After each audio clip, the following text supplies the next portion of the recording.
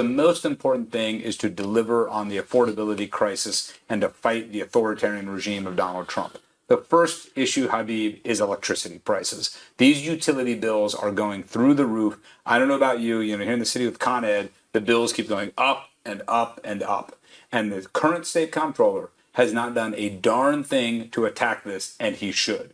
And when I'm elected, I will. We should not be funding war crimes in Gaza. Yeah. It's that simple.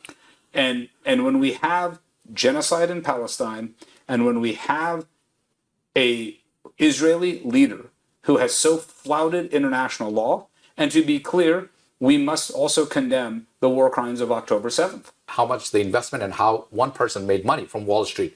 And you see how his son-in-law, the sons are making millions of dollars. President Trump we're talking about. I'm talking about President Trump. Yes. And there's a nepotism law built into the Constitution. This authoritarian leader who was elected, who is manufacturing crises. He claims he's against war, but all he does is engage in war. Correct. He claims that he's for affordability. He's not for affordability. We need Democrats in Albany, I would say, Habib, who talk like this, who will fight Donald Trump. And the current comptroller is not doing any of this. New York State's budget is now well over hundreds of billions of dollars. Many taxpayers feel the government spending keeps growing without clear results. And that's a frustration for many, right? What specific waste or inefficiency would you target first if you become a controller? Well, first of all, Habib, thanks for having me. It's great to talk to everybody tonight. And I'm going to focus as the next New York State Comptroller. Sure, I'll be the first South Asian ever elected statewide, and that's great for our community. But the most important thing is to deliver on the affordability crisis and to fight the authoritarian regime of Donald Trump. The first issue, Habib, is electricity prices. These utility bills are going through the roof. I don't know about you, here in the city with Con Ed, the bills keep going up and up and up. And the current state comptroller has not done a darn thing to attack this, and he should. And when I'm elected, I will. I've got a very detailed plan to audit the commission in Albany that approves these rate hikes. And it's an absolute outrage that these companies come and they pretend that their books are balanced and they don't have any financial accountability. I will bring that accountability to them. We will actually try to freeze the rates on those Con Ed bills and claw back money so that ratepayers like us aren't held accountable for these big AI data centers that are being built on our backs. Okay, that's one of the aspects. And I'll tell you my story, electric bill you're talking about. Where I live, you pay every 2 months. Okay. Outside of New York City. Yes. Nassau, right? Right. Can you imagine how much was my bill in this winter? The winter was brutal. Yeah. Tell me. $1,400. Wow. Brutal. And were you using more? No. No. It's the same usage. Yes. Same wattage, kilowatt. Yes. And when I looked at it 6 months ago, it was $700. With Trump in power, New York State and the city is under threat.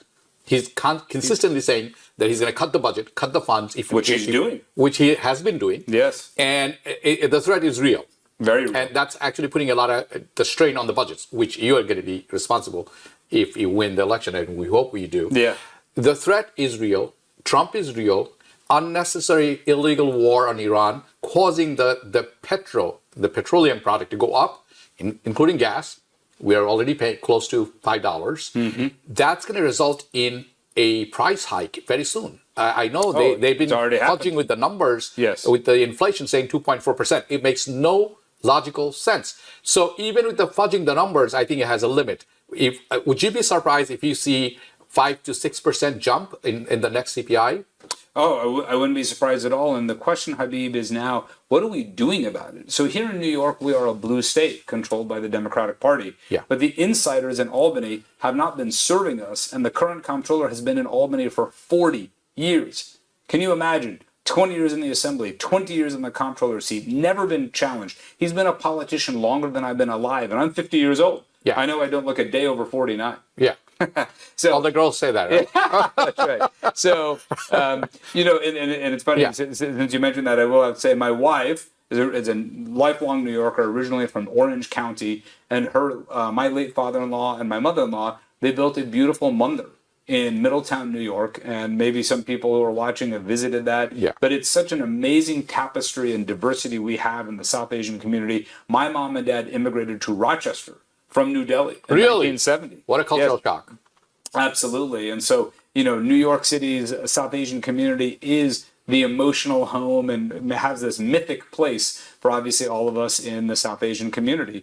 And I think it would be tremendous if we had a comptroller who not only looked like us, but served our community and was fighting for the ratepayers and fighting for the households, not enabling ICE to terrorize our neighborhoods, terrorize our communities. Yeah. And it's outrageous. And I'll have to say this as well, Habib. He right now has a foreign bond portfolio of over $500 million. Now, interestingly, $330 million of that bond portfolio is in one country, the state of Israel. Of course. And then the rest of the world combined is only less than $250 million. Can you imagine? It doesn't make any financial sense whatsoever. There's not a money manager in the world who could justify that allocation to the state of Israel. And of course, I've also had the moral calling to say that we should not be funding war crimes in Gaza. Yeah. It's that simple. And when we have genocide in Palestine, and when we have a Israeli leader who has so flouted international law, and to be clear, we must also condemn the war crimes of October 7th. And we should have universal respect for dignity and human rights, but we must put front and center the fact that our money, and public money especially, should not be going to enable war crimes. Viewers, if you are watching this one, or when you will be watching this on social media, Raj Goyle was part of ACLU. He's an attorney. And I will just tell you a small story. Please. During the Bush time, Yes. Patriot Act, Yes. they were snatching people from their homes Yes. and put them in the jail and deport them. No different from, not that same scale, but almost similar thing. So I contacted the ACLU. Oh, wow. And they said, we don't take individual case, but your case sounds like it deserves attention. And they took this guy, put him in Elizabeth, the jail there, because he had work permit, but he was an asylee. And they took him, they taunted him. He was on medication. They stopped giving him medication, and he was bleeding from his back and from the front. Dire condition. I contacted the ACLU. Well, Do you know what ACLU did? In 6 days, they get him out. Wow. It didn't cost me a single dollar. Well, the ACLU is a wonderful organization. And I'm telling people, this guy, this person that you're looking at, part of ACLU, I have a lot of respect for ACLU. And what he has been saying, he should be paying attention, because we are under threat. We mean the people, the people of this country, regardless of your color, we are under threat. If you disagree with the current administration, that's not how it should be. You just heard him saying that how much the investment and how one person made money from Wall Street. And you see how his son-in-law, the sons are making millions of dollars. President Trump we're talking about. I'm talking about President Trump. Yes. And there's a nepotism law built into the Constitution that negates all these things. So this is a very important time that he's running for this position. I want to get back to some of the questions I had that I'm sure people would like to know. Well, if I could, on the ACLU. Yes. So when I was a young lawyer, I was right out of Harvard Law School, and I had a choice. I could have worked at a big fancy law firm. And make millions of dollars. Right. Or I could have upheld my values, and I chose to work at the ACLU.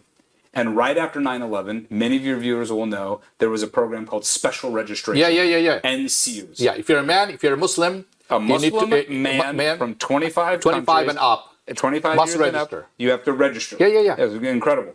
And I had to register too. Did you? Yes, I had to go. Well, They didn't take me. India was excluded. India, yeah, very good point. Very good point. India was If excluded. you're from the Just Muslim like country, 300 million Muslims I had in to go to India. the Federal Plaza Yes. and register. And that was an outrageous program. Of course. And it was actually created by a guy I've been fighting my whole career, a guy named 𝗏𝗏. And it was a massive waste of probably billions of dollars. And it uncovered no wrongdoing, no criminal threat, no national security threat to this country, but it ensnared the lives of hundreds of thousands of law-abiding Americans. Yeah. And so at the time, I stepped into that We represented families. We advocated. I was in mosques and masjids and Unitarian churches and Quaker meeting houses all over. And we at the time thought, Habib, never could there be an administration worse than the Bush administration. Ever again. And at least I'll say this, it was a horrible, immoral program. Of course. But I will say there had been a national trauma. Correct. There had been 9/11. I agree. Here, we have nothing. You're talking about now. Now we're talking about a time in which we have this authoritarian leader who was elected, who is manufacturing crises. He claims he's against war, but all he does is engage in war. Correct. He claims that he's for affordability. He's not for affordability. We need Democrats in Albany, I would say, Habib, who talk like this, who will fight Donald Trump. And the current comptroller is not doing any of this. I would ask your viewers, could you name one thing that the current comptroller, first of all, could you name him? Second of all, that he is after 40 years in Albany, done to improve your life? The answer is you can't. Yeah. New York থেকে সম্প্রচারিত TBN 24 television বিশ্বজুড়ে বাঙালির কণ্ঠস্বর।